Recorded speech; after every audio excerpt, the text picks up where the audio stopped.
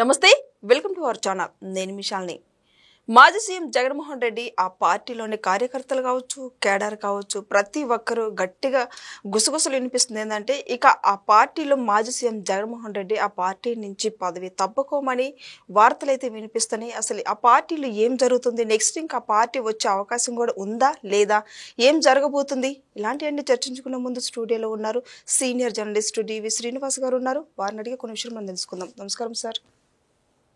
Sir, ఇప్పుడు మాజీ CM Jaganmohan రెడ్డికి ఆ పార్టీ నేతల్లోనే క్యాడర్ కావచ్చు కార్యకర్తలు కావచ్చు ప్రతి ఒక్కరు గట్టిగా వినిపిస్తున్న మాటలు ఏంటంటే ఆ పదవి నుంచి తప్పుకోమని వినిపిస్తుంది. అసలు ఏం జరుగుతుంది సార్ పార్టీలు అంటే ఏం చెప్తారు సార్? గతంలో జగన్మోహన్ రెడ్డి ఆయన పార్టీకి ఏదో పాట ఉంటుంది, ఒక సాంగ్, ఏది రావాలి జగన్ కావాలి జగన్. ఇప్పుడు ఏమంటున్నారు, పోవాలి జగన్, ఇవాళ కావాలి బీసీ అంటున్నారా? అంటే ఈ పార్టీ బతకాలని జగన్మోహన్ రెడ్డికి ఉందా లేదా? ఫస్ట్ ఇప్పుడు ఏంటి, వాళ్ళ వైఎస్ఆర్ కాంగ్రెస్ పార్టీ ఈ పరిస్థితికి ప్రధాన కారకుడు జగన్మోహన్ రెడ్డి. ఆయన ఏంటి, అటు అధికారంలో ఉన్నప్పుడు దమనకాండ, అసలు జనాన్ని కలవకపోవడం, ఎవరికి అందుబాటులో లేకపోవడం, ఇప్పుడు ఓడిపోయిన తర్వాత 11 మంది ఎమ్మెల్యేలతో అసెంబ్లీకి వెళ్ళకపోవడం, వారానికి 2 రోజులు ఇక్కడ ఉండటం, 5 రోజులు బెంగళూరులో యలహంకలో ఉండటం.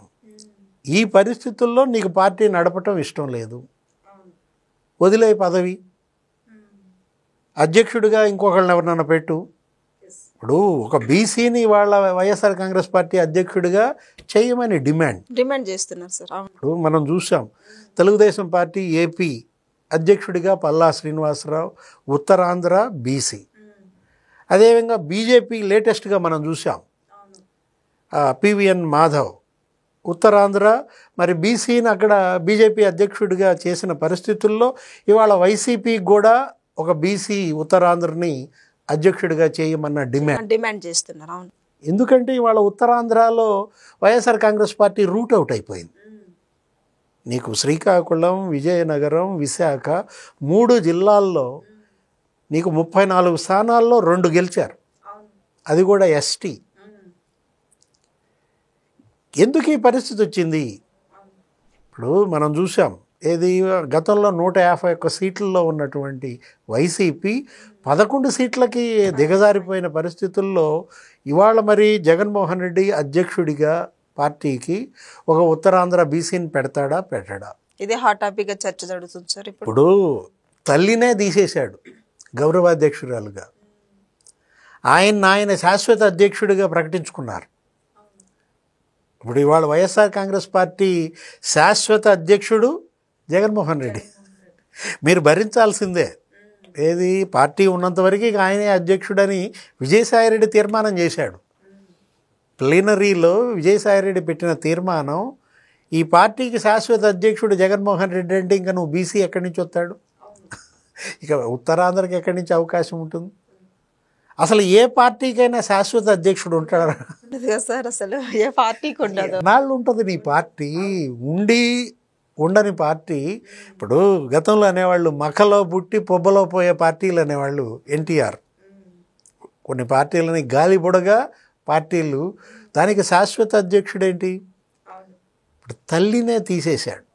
గతంలో ఈ పార్టీ గౌరవాధ్యక్షురాలుగా విజయలక్ష్మి ఉన్నారు, అలాంటి విజయమ్మని తీసేశారు. అంటే పార్టీ అధ్యక్షుడిగా తల్లినే చూడలేని కళ్ళకి బీసీని చూస్తాడా?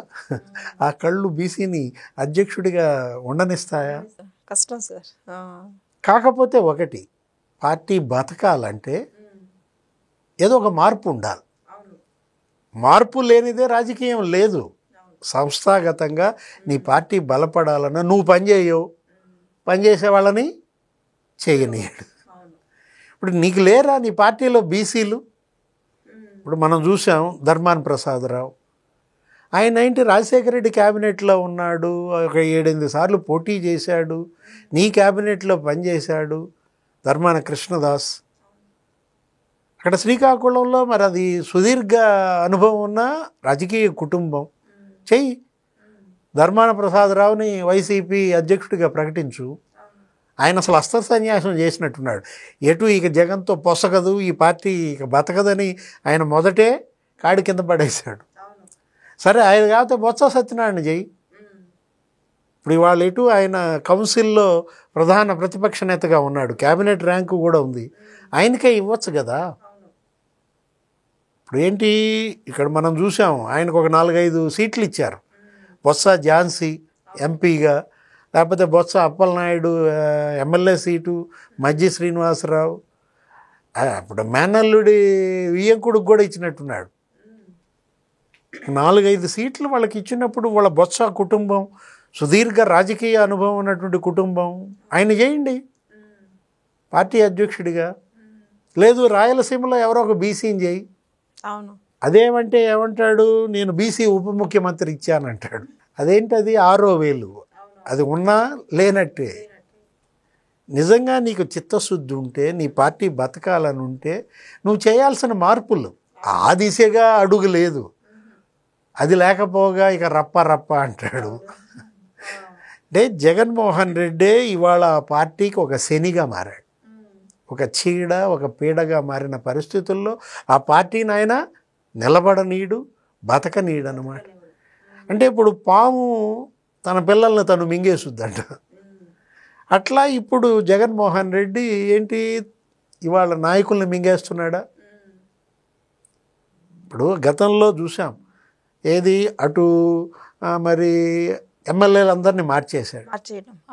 82 మందిని, ఒక 43 మందికి అసలు టికెట్ ఎగ్గొట్టాడు.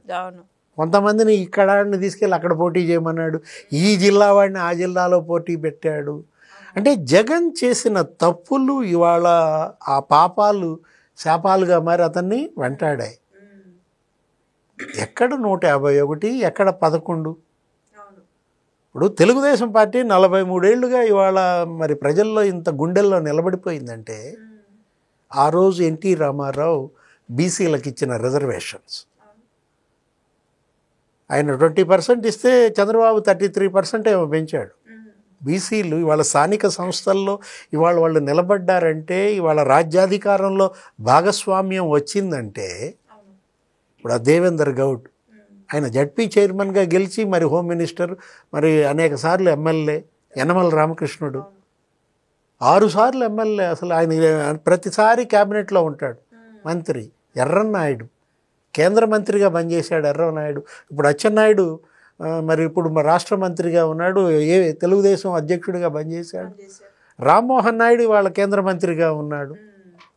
అంటే బీసీలు ఎందుకు ఇవాళ తెలుగుదేశం ఇవాళ వెన్నెముక్కగా నిలబడ్డారంటే, నిన్న సత్యకుమార్ చెప్పాడు, మంత్రి సత్యకుమార్ నిన్న మాట్లాడుతూ బి అంటే బలం, సి అంటే చైతన్యం, బీసీ అంటే ఇవాళ వాళ్ళు బలవంతులు, వాళ్ళు చైతన్యవంతులు అంటూ జగన్మోహన్ రెడ్డి బీసీల గొంతు కోసాడు అన్నాడు.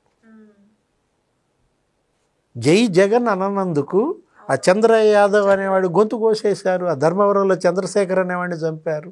నందం సుబ్బయ్యని పొద్దుటూరులో చంపారు. 200 మంది బీసీలను హత్య చేశారంట. ఎందుకు ఇవాళ బీసీలు వైఎస్ఆర్ కాంగ్రెస్ పార్టీకి ఇంత దూరం అయ్యారంటే ఆ దమనకాండ. అవును, ఎస్సీలు, ఎస్టీలు ఇప్పటికి కూడా జగన్లో మార్పు లేకపోతే లేదు. ఇప్పుడు ఎక్కడ పోగొట్టుకున్నావో అక్కడ ఎత్తుక్కోవాలి. ఇప్పుడు నీ పరపతి ఎక్కడ దెబ్బతింది? బీసీ, ఎస్సీ, ఎస్టీ, ముస్లింలలో. నువ్వు అక్కడ నిలబడాలంటే వాళ్ళని మళ్ళా నువ్వు పదవులు ఇవ్వాలి, రాజ్యాధికారంలో భాగస్వాముల్ని చేయాలి. అబ్బే, ఇప్పుడు ఆయన ముఖ్యమంత్రిగా మనం చూసాం, 1000 పైగా పోస్టులు సొంత సామాజిక వర్గానికి ఆయన చెడ్డ పేరు తెచ్చుకున్నాడు. ఇప్పుడు సమన్వయకర్తలను పెట్టాడు, ఒక 6గురినో ఏమో పెట్టాడు. ఎవరు? అందరూ వాళ్లే కదా. సజ్జల రామకృష్ణారెడ్డి, పెద్దిరెడ్డి మిథున్ రెడ్డి, అయోధ్య రామిరెడ్డి, వైవి సుబ్బారెడ్డి. అరే నీ సామాజిక వర్గం అందరు అన్ని పోస్టులు వాళ్ళక. ఇప్పుడు ఇవాళ ఏంటి, ఇప్పటికైనా కూడా అతనిలో కనీసం బడుగులు, బలహీన వర్గాలు వాళ్ళని ప్రోత్సహిద్దామన్న ఆలోచన లేకపోతే 11 మంది ఎమ్మెల్యేలని గెలిపిస్తే అసెంబ్లీకి పోడు. అంటే నువ్వు రాజకీయ పార్టీ ఇవాళ నిలబెడతావా, చంపేస్తావా? ఇప్పుడు అదే జరుగుతుంది కదా సార్, చర్చ హాట్ టాపిక్గా మారుస్తుంది. అసెంబ్లీకి వెళ్ళిన జగన్మోహన్ రెడ్డి ప్రజలు గొంతు వినాలని పర్యటనలు చేస్తున్నారు. మరి నెక్స్ట్ 2029లో మేము అధికారంలోకి వస్తామని వ్యాఖ్యలు చేస్తున్నారు. ఇటు చూస్తుంటే కార్యకర్తల్లోనే ఇక మాకు వద్దు అని జగన్మోహన్ రెడ్డి కార్యకర్తలు వినిపిస్తుంది. అసలు ఏం జరుగుతుందో, ఏమి నెక్స్ట్ ఏం జరగబోతుందో జగన్మోహన్ రెడ్డి అంటే ఏం చెప్తారు సార్? అసలు అతనికి ఇవాళ పార్టీని నిలబెట్టాలని కానీ పార్టీని ఇవాళ మళ్ళీ బతికిద్దామని కానీ లేదు. ఉన్నాడైతే ఈ రప్ప రప్ప అంటాడా? మళ్ళా జగన్మోహన్ రెడ్డి వస్తే రప్ప రప్ప అంటున్నారు. అంటే ఎవరి మెడలు కోస్తావు? అందుకే పవన్ కళ్యాణ్ తిట్టింది ఏమని, ఇప్పుడు నువ్వు రప్ప రప్ప కోస్తానంటే మెడ కూడా చూపించినట్టున్నాడు. కోంచుకోవటానికి ఎవరు సిద్ధంగా లేరంటూ తాటాకు చప్పుళ్ళకి బెదర్రని ఆయన వార్నింగ్ ఇచ్చాడు. జగన్మోహన్ రెడ్డే ఇవాళ పార్టీకి ఒక శని, ఒక చీడ పీడ. ఆయన్ని వదిలేస్తే ఆ పార్టీ బాగుపడుద్ది. కనీసం ఆ దిశగా అన్న ఆ 11 మంది ఎమ్మెల్యేల్లో నువ్వు రాకపోతే రాపోయావు, మేము వెళ్తాం అసెంబ్లీకి అని ఆ 10 మంది కనుక అసెంబ్లీకి వెళ్తే వాళ్ళ పార్టీ బతుకుద్ది. అబ్బే ఎందుకు వెళ్ళనిస్తారు? అసెంబ్లీకి పోనీయరు, పార్టీని బతకనివ్వరు. Thank you sir.